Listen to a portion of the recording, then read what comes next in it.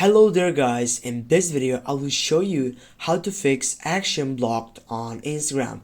Yes guys, this could be a quite problem for you, but don't worry about it. It has so easy and so fast solution for it.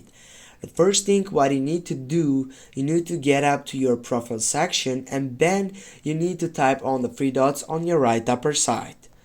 Then you need to go and select the first selection, which is settings. As you can see here, you have many options, but you need to choose help section. Now you need to go for report a problem, and then you need to select the last selection, which is report a problem again. Now here you need to wait to get out to this main point, and here you need to explain what happened or what's not working.